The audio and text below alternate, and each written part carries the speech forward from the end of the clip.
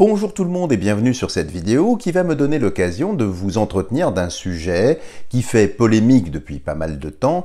Je veux parler de l'Antarctique. Alors, bien sûr, vous n'êtes pas sans avoir vu des vidéos, parfois fabriquées avec de l'IA, montrant des images complètement extraordinaires. Vous n'êtes pas sans avoir entendu également ce qui relève d'affabulation pour certains, voire de délire psychédélique pour d'autres. Si bien fait que aujourd'hui, on va passer en revue en fait les hypothèses. Je n'ai pas la prétention d'avoir réponse à cette question, encore moins de façon absolue, d'autant plus que, vous l'avez sans doute entendu, l'Antarctique est revenu sur le devant de la scène avec un jeune adolescent de 19 ans qui s'appelle Ethan Guo.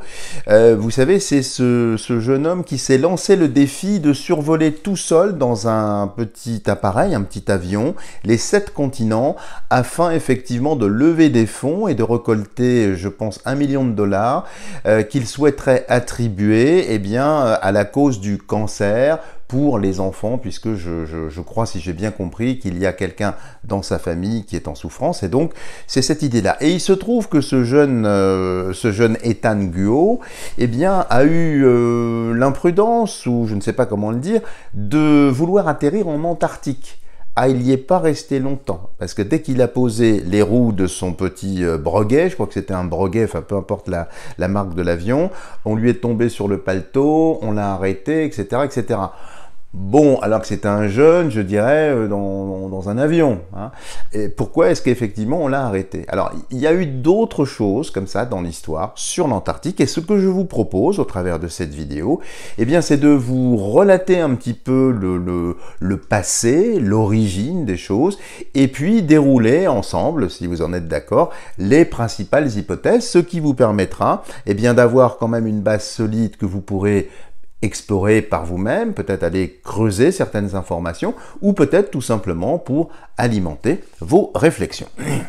Alors, on va commencer par les faits historiques et les témoignages.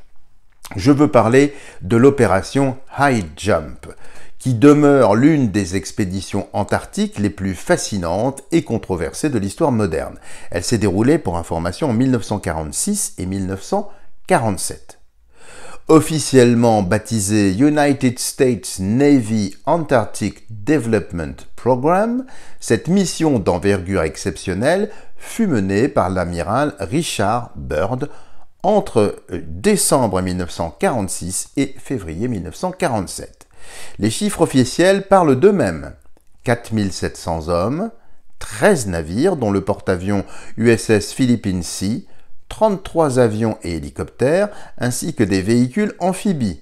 Vous avouerez que pour une simple mission d'exploration et de cartographie, enfin c'est ce qu'ils ont dit, l'ampleur des moyens déployés a suscité de très nombreuses interrogations.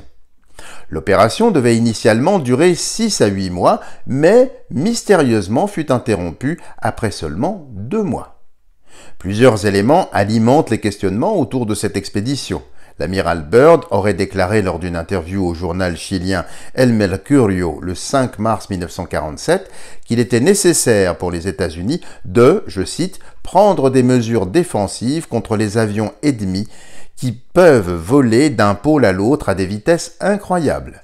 Cette citation, bien que contestée par certains historiens, est fréquemment citée dans les recherches. De plus, la perte de plusieurs avions et hommes durant cette opération, les rapports classifiés qui l'ont suivi et le retour précipité de l'expédition ont nourri des décennies de spéculations. Certains documents déclassifiés mentionnent des conditions météorologiques extrêmes et des difficultés opérationnelles, mais des zones d'ombre subsistent. Il y a aussi une autre opération. Suite à High Jump, l'opération Deep Freeze fut lancée en 1955, établissant une présence permanente américaine en Antarctique. Cette continuité militaire sur le continent blanc intrigue, d'autant que le traité sur l'Antarctique de 1959 démilitarise officiellement la région tout en autorisant des activités scientifiques, entre guillemets. Les témoignages de pilotes et d'observations d'OVNI sont de plus en plus alimentés par les militaires. Les observations de l'amiral Byrd, selon certaines versions de son journal de bord, dont l'authenticité, il faut bien le reconnaître, est débattue. Il y a des versions qui ont été plus qu'édulcorées, diluées, amplifiées, parce que c'est un peu dans l'air du temps, donc soyez prudents. Assurez-vous bien d'avoir entre les mains ou sous les yeux la bonne version, et pas la version trafiquée. Bird aurait décrit lors d'un vol de reconnaissance, au-delà du pôle, des phénomènes inexpliqués, notamment des zones verdoyantes et des objets volants aux performances impossibles selon la technologie de l'époque. Quelques témoignages de pilotes allemands. Durant la Seconde Guerre mondiale, des sous-marins allemands auraient effectué des missions secrètes en Antarctique. Des témoignages d'après-guerre évoquent la construction d'une base secrète, la base 211 ou Neuschwabenland, et l'observation d'engins aux capacités de vol extraordinaires. Les observations post-guerre, de nombreux pilotes commerciaux et militaires survolant les régions polaires ont rapporté des observations d'objets non identifiés. En 1965, des scientifiques des bases antarctiques chiliennes et argentines auraient photographié des objets en forme de disque. Et curieusement, certaines de ces photos ne sont plus disponibles aujourd'hui. Le témoignage du capitaine Peary, le contre-amiral Georges Dufek, qui participa à plusieurs expéditions en Antarctique dans les années 50, aurait évoqué des découvertes troublantes, jamais rendues publiques. Les expéditions nazies en Antarctique ont eu lieu également entre 1938 et 1939. Et c'est une expédition allemande menée par le capitaine Alfred Richter à bord du navire Schwabenland entre 1938 et 1939 est un fait historique établi. Les Allemands cartographièrent environ 600 000 km² de territoire qu'ils baptisèrent Neuschwabenland, à savoir la nouvelle Souabe, y larguant aussi des milliers de drapeaux à croix gammées pour bien marquer leurs revendications territoriales. Les objectifs officiels concernaient l'établissement d'une base baleinière et la sécurisation de l'approvisionnement en huile de baleine. Un peu spécieux quand même, l'huile de baleine pour la guerre, à part pour faire marcher l'huile de coude, enfin je plaisante. Cependant, le secret entourant certains aspects de cette mission et les rumeurs sur des expéditions ultérieures pendant la guerre ont alimenté alors diverses théories. Et puis il y a eu aussi des observations scientifiques inhabituelles. Au-delà des témoignages militaires, plusieurs phénomènes scientifiquement documentés intriguent encore. Des anomalies magnétiques importantes détectées sous la glace. La découverte du lac Vostok, immense réservoir d'eau liquide sous 4 km de glace, isolé depuis des millions d'années. Des relevés radars montrant des structures géologiques surprenantes sous la calotte glaciaire, avec des formes géométriques parfaites. Des montagnes en formation rocheuse de plusieurs kilomètres de hauteur, également sous la glace. Alors entrons maintenant dans la partie, je pense, qui va vous intéresser le plus, parce que ce que je vous ai relaté là, bien sûr, c'est connu du plus grand nombre. La première hypothèse, les bases militaires secrètes. Les installations modernes, militaires. Certains chercheurs suggèrent que les grandes puissances maintiennent des installations militaires secrètes sous couvert de recherche scientifique. Les tunnels creusés dans la glace pourraient abriter des laboratoires travaillant sur des technologies classifiées, des systèmes d'armement avancés ou encore des expérimentations interdites par les traités internationaux. Cette hypothèse trouve d'ailleurs un écho dans le fait que plusieurs nations mentionnent des bases scientifiques avec du personnel militaire et que certaines zones restent strictement interdites, même aux chercheurs eux-mêmes. Deuxième hypothèse, vestige d'une base nazie. La théorie de la survie du Troisième Reich, cette hypothèse postule que les nazis auraient établi une base opérationnelle secrète en Antarctique durant la guerre, possiblement équipée pour abriter des sous-marins et développer des technologies avancées. Certains n'hésitent pas à aller jusqu'à suggérer que les hauts dignitaires nazis s'y seraient réfugiés après 1945. Les partisans de cette théorie citent les voyages documentés de sous-marins allemands vers l'Antarctique. Et ça, c'est tout à fait documenté. Il y a plusieurs récits qui font état effectivement de mouvements dans cette zone-là de sous-marins, ce qui est très très inhabituel. La reddition tardive de certains U-boats, plusieurs mois après la capitulation allemande. Les déclarations d'après-guerre de l'amiral Dönitz sur une forteresse imprenable, ce sont ces mots. Les technologies aéronautiques avancées développées par les nazis, notamment Horten HO 229 et le projet disque volant. Alors sur le projet disque volant, il y avait aussi, vous savez, les fameuses expériences qui ont été menées sur le vril étant l'un des noms de l'énergie libre, qui aurait, vous savez, la fameuse Die Glocke. Die Glocke en allemand, ça veut dire la cloche. Parce qu'ils auraient, semble-t-il, alors je mets tout au conditionnel, hein, vous le remarquerez bien, ils auraient créé un prototype de vaisseau baptisé la cloche, hein, Die Glocke, qui aurait pu s'élever en s'appuyant sur des suspensions antigravitationnelles ou antigravifiques, c'est le terme exact hein, quand on le traduit. Passons à la troisième hypothèse, civilisation ancienne ou vestiges préhistoriques. Basée sur les découvertes géologiques montrant qu'il y a des millions d'années l'Antarctique jouissait d'un climat tempéré avec une végétation et faune particulière, certains théoriciens suggérèrent qu'une civilisation avancée aurait pu s'y développer avant la glaciation. Cette théorie s'appuie sur plusieurs choses. Déjà la carte de Piri Reis en 1513 qui montre les côtes de l'Antarctique sans glace, avec force de détail, montagnes et découpage des côtes. Quand même assez surprenant. D'anciennes cartes montrent un continent austral avec des détails géographiques, au-delà de Piri Reis. Il y a d'autres cartes qui ont été retrouvées. Les légendes de continents perdus présentes dans de nombreuses cultures, et la possibilité d'artefacts préservés sous la glace. Alors, en ce qui concerne ces civilisations anciennes, alors celui qui en parle beaucoup, c'est René Guénon, entre autres. Hein, il parle, vous savez, d'une importance pour le Nord, le Septentrion, où tout serait originaire du Nord. Donc, bien entendre, Nord, pôle Nord, avec beaucoup de peuplades qui viendraient du Nord, et y compris chez les Grecs aussi, où on retrouve des mythes nordiques, notamment Apollon, qui va au nord, qui revient du nord.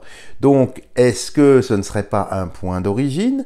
Est-ce qu'il n'y aurait pas là-bas les vestiges d'une civilisation? Alors, quelle serait-elle? Je ne sais pas. On pense bien sûr à l'Atlantide, peut-être au continu de Mu, ou peu importe. C'est l'hypothèse. Passons à l'autre hypothèse, bien connue de tous, c'est la présence extraterrestre, bien sûr. La théorie des bases extraterrestres. C'est l'une des hypothèses les plus populaires dans la communauté ufologique, qui suggère que l'Antarctique abriterait une ou plusieurs bases d'origine extraterrestre. Des conditions extrêmes et l'isolement en feraient un lieu idéal pour des activités discrètes. Les arguments avancés incluent le nombre élevé d'observations d'OVNI dans les régions polaires, et ça c'est tout à fait vrai, même sans aller, je dirais, dans la partie purement polaire, dans le sud également, dans le sud avant le pôle, hein, c'est véritablement des zones qui sont connues depuis très très longtemps pour voir beaucoup plus d'apparitions que dans d'autres zones. Il y a aussi les performances des objets observés qui dépassent les capacités technologiques terrestres, et je me permettrai de rajouter d'autant plus que à certains endroits la température de l'air, surtout en altitude, est plus que négative. Ce qui peut poser des problèmes quand on atteint certaines vitesses, c'est lié à la vélocité en fonction du moteur, sauf si bien sûr ce moteur utilise des modes de propulsion, forcément le cas, qui n'ont rien de, je dirais, mécanique ou à propulsion ou à explosion.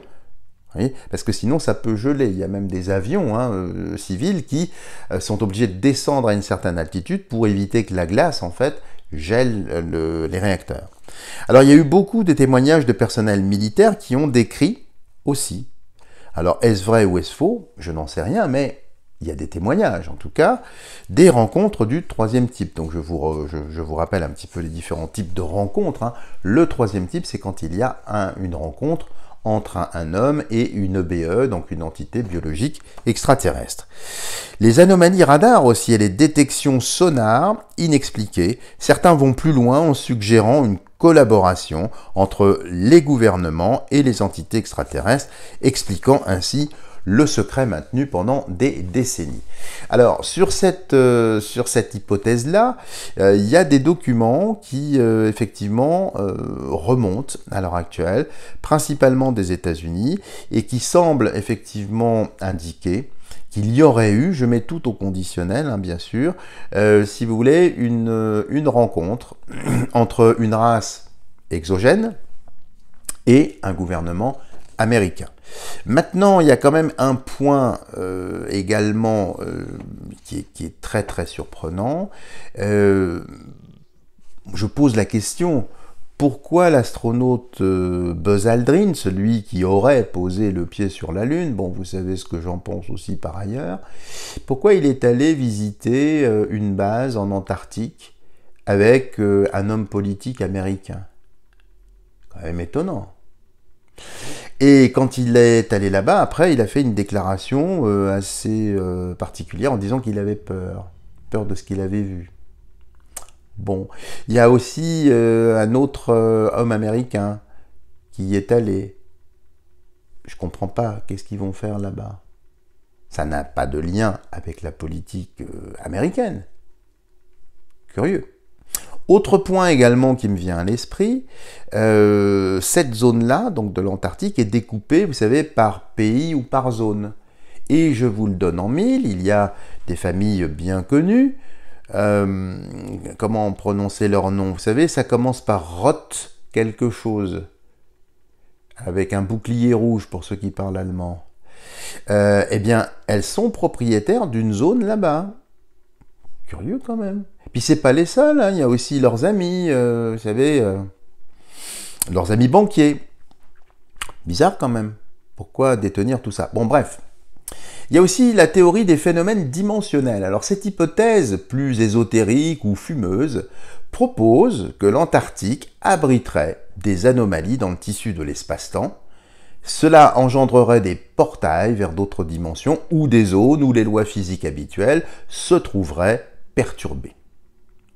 Alors, cela étant, il y a quand même, je n'adhère pas spécialement pour cette hypothèse-là, mais il y a eu beaucoup d'anomalies magnétiques détectées et enregistrées. Donc, ce n'est pas une affabulation.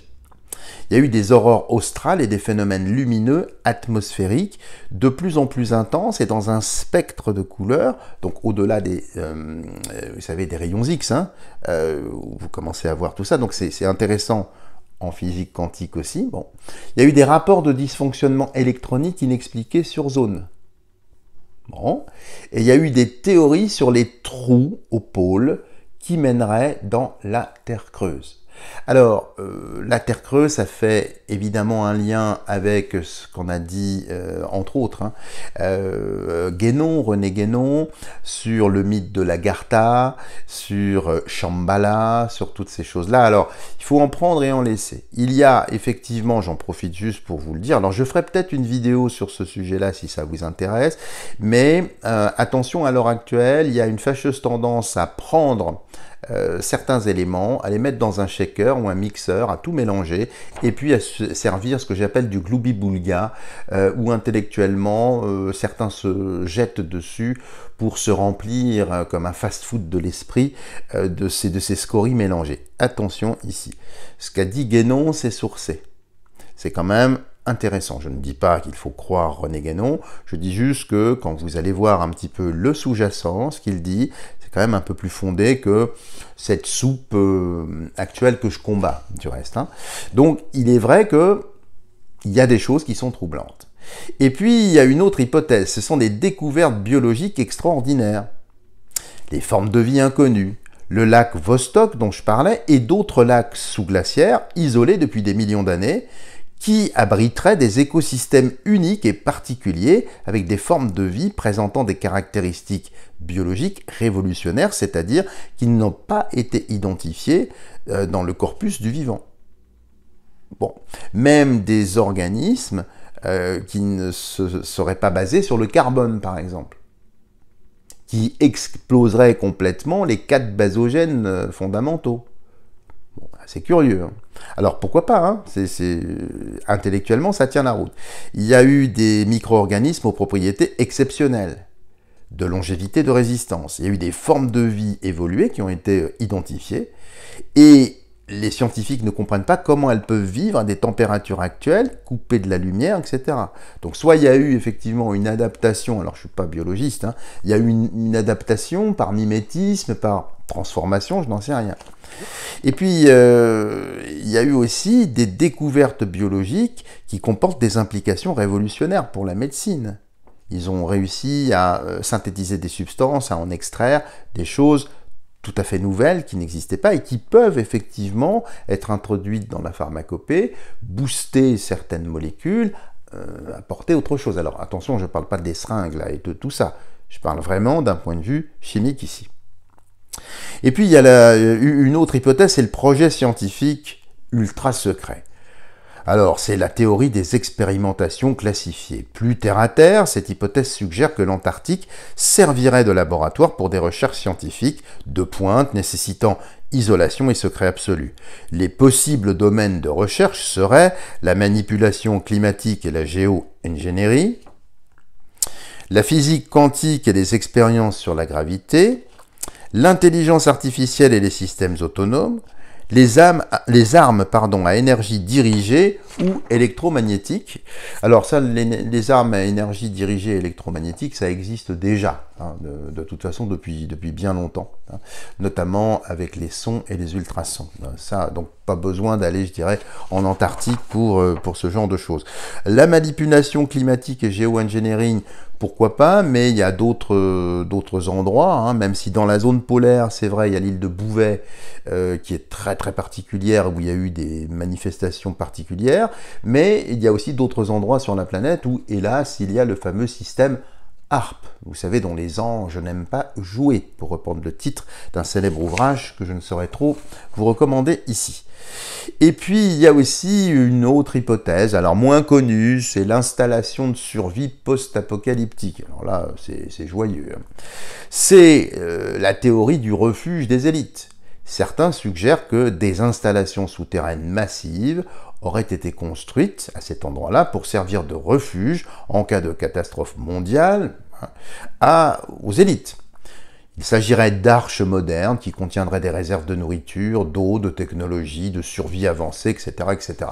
Alors il est vrai que dans l'extrême nord, je crois que c'est alors dans le nord, pas dans le sud, hein, l'Antarctique c'est le sud, mais dans le nord, si je dis pas de bêtises, il y a une enclave où il y a un silo, enfin une espèce de bâtiment comme ça à angle droit, que je vois bien, dans lequel il y a toutes les semences de l'humanité. Une sorte de banque de semences prévue pour, si jamais il y avait un effondrement ou si jamais on avait un problème alimentaire, eh bien, ces semences pourraient être prélevées, réactivées pour relancer, bien sûr, l'activité. Maintenant, il est tout à fait vrai que les élites, dont le poudreux, entre parenthèses, je ne sais pas si vous êtes au courant de ça, eh bien, ont construit des abris souterrains. Mais à ma connaissance, pas du tout en Antarctique. Ils ont construit des abris souterrains beaucoup plus proches, hein, que ce soit Bill Gates, que ce soit... enfin, il y a d'autres noms que je ne peux pas prononcer, mais vous voyez un petit peu. Il y a aussi les Rock quelque chose, les Roch quelque chose, et puis il y a aussi les gens de Black autre chose. Vous voyez, tout ça, si vous voulez, oui, ils l'ont fait, mais pas dans cette zone-là. Maintenant, pourquoi pas, hein, absolument. Et puis, il y a aussi une hypothèse qui n'en est pas une, puisqu'elle réunit plusieurs facteurs, la multifactorielle en quelque sorte. Hein. La plus prudente suggère que plusieurs de ces éléments coexistent, des bases scientifiques légitimes, avec des installations militaires secrètes, avec d'éventuels vestiges historiques. Tout ça, en fait, serait mélangé. Alors, l'Antarctique demeure l'un des lieux les plus mystérieux de notre planète. Entre faits historiques avérés et hypothèses spéculatives, la frontière reste floue. Ce qui est certain, c'est que ce continent gelé continue d'attirer l'attention des gouvernements, des militaires et des scientifiques du monde entier. Le traité sur l'Antarctique, parce qu'il y en a eu un, en gelant les revendications territoriales ou en limitant l'accès à certaines zones, préserve autant les intérêts géopolitiques que potentiellement les secrets. Que cache réellement l'Antarctique ? Des installations militaires, justement, des vestiges d'une époque révolue, des phénomènes que nous ne comprenons pas encore, ou simplement un continent aux dérives extrêmes. En l'absence de preuves définitives, chacun, bien sûr, reste libre d'adhérer à ce qu'il souhaite. Maintenant, moi je suis beaucoup plus, je dirais, terre à terre par rapport à tout ça. Je pars d'un principe très élémentaire, il n'y a pas de fumée sans feu. C'est-à-dire, je conçois mal qu'il y ait une interdiction de survol ou de circulation à cet endroit-là s'il n'y a rien. S'il n'y a rien, pourquoi interdire quoi que ce soit? Or, c'est les mêmes protocoles que, par exemple, la base 51. Bon, la base 51, ça peut se comprendre parce qu'il y aurait, là encore, tout un tas de choses. Donc, ça se comprend. Mais là, pourquoi? S'il n'y a rien du tout, si c'est effectivement que de la glace, bon, à part en prendre un petit peu pour mettre dans son apéro, enfin, je plaisante, mais c'est ça. Donc, pour moi, si vous voulez, je pense qu'il y a là quelque chose qui dépasse véritablement, alors c'est mon ressenti là, attention, hein, c'est pas des hypothèses, ne prenez pas ça pour argent comptant, c'est juste un son de cloche hein, que je vous donne, et ma cloche est peut-être un petit peu fêlée, comme le bonhomme qui parle du reste. Donc pour moi, si vous voulez, il y a à cet endroit-là, depuis très très longtemps, un passage vers effectivement un monde souterrain. Ce monde souterrain, alors là, j'étaye un petit peu mes propos derrière René Guénon et d'autres, hein, qui auraient survécu à plusieurs autres cataclysmes. Hein. Vous savez que tout est cyclique et que tous les 26 000 ans, on change de cycle. Et qu'à chaque nouveau cycle, il y a des catastrophes qui frappent tout le globe, soit par le feu, soit par l'eau. Et parfois le feu au nord, l'eau au sud, et ensuite ça s'inverse, l'eau au nord, le feu au sud. Celui qui vous en parle très bien, c'est Fulcanelli, et notamment les travaux de Jean Laplace. Si vous connaissez ça en alchimie, je ne saurais trop vous recommander cette lecture, qui est féconde et très instructive. Tout ça pour vous dire que c'est pas, vous savez, le déluge biblique hein, qu'on retrouve du reste chez les Babyloniens, qu'on retrouve chez les Assyriens, qu'on retrouve chez les Aztèques, toutes les peuplades, on va dire, dites primitives, il y a cette récurrence. Les Égyptiens sont allés un petit peu plus loin quand on arrive à bien comprendre ce qu'ils ont écrit. Tout ça pour vous dire qu'il y a eu déjà d'autres cataclysmes. Et à chaque fois, il y a eu des survivants. Ces survivants-là seraient sous terre. Et pour moi, cet endroit-là, c'est un lieu de passage. Voilà, j'ai pas de preuves, évidemment, dans tout ça. Maintenant, est-ce que ces survivants seraient d'origine stellaire? Je le pense. Maintenant, c'est que moi qui le pense. Voilà les amis, alors n'hésitez pas à me dire en commentaire ce que vous en pensez, bien sûr, parce que c'est toujours intéressant, surtout si vous avez des théories auxquelles, bien sûr, votre modeste serviteur n'aurait pas pu penser.